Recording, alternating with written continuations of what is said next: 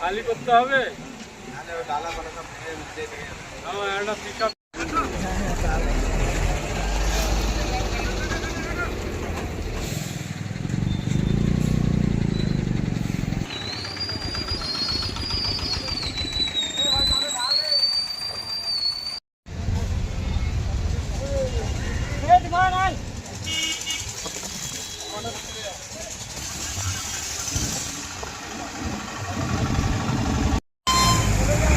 এখানে আমি সকালবেলায় মেয়েকে নিয়ে আমি স্কুলে দিতে যাচ্ছিলাম, তখন দেখি যে একটা সবে মাত্র গাড়ি উল্টে গেছে এবং ড্রাইভার তার গাড়ির ফাঁক দিয়ে বেরিয়ে উঠে আসার চেষ্টা করছে।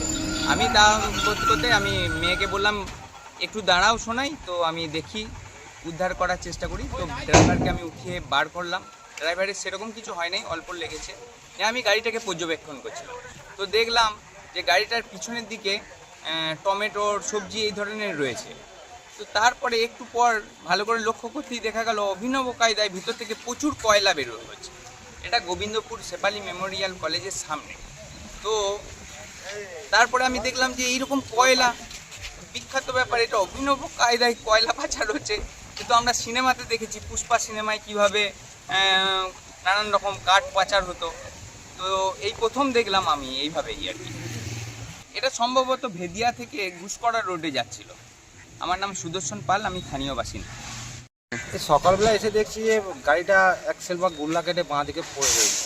বাঁ দিকে পড়ে থাকাতে দেখছি গাড়িটা পাল্টিয়ে হওয়ার মতন ব্যবস্থা। এবারে সেখানে দেখছি আবার কয়লা রয়েছে, উপরে মাল চাপানো রয়েছে টমেটো, তলায় দেখছি অভিনব কায়দায় কয়লা পাচার হওয়ার মতো ব্যাপার।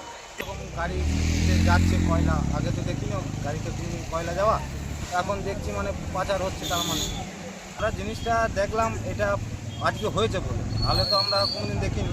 অভিনব কায়দায় নিশ্চয়ই যায় এভাবে কয়লা, নাহলে কীভাবে পাচার। কোথা থেকে এই কয়লাগুলোকে আনা হচ্ছে বলে মনে হচ্ছে? আমার যতদূর সম্ভব এটা আপনার আসানসোল ওই সাইড থেকে, আসানসোলেরই নাম্বার গাড়িটা, একমাত্র ওই সাইডে যেখানে কয়লা পাওয়া যায় আমাদের কলিয়ারি সাইড, ওখান থেকে আসছে কয়লা। বৃষ্টি থেকে পাখি দেওয়ার জন্য এই কুচকরা এইদিকে যাচ্ছে, কুচকরা হয়ে বর্ধমান হয়তো ওটা পাচার হবে। এমনকি নতুন কায়দা দেখা গেল যেটা আপনার উপরে টমেটো সবজি আর তলায় কয়লা, এটা মানে দেখা যায় না সম্ভবত। তো এটা বিশাল কোনো মানে বিশাল একটা ব্যাপার। আমার নাম মলয় মণ্ডল।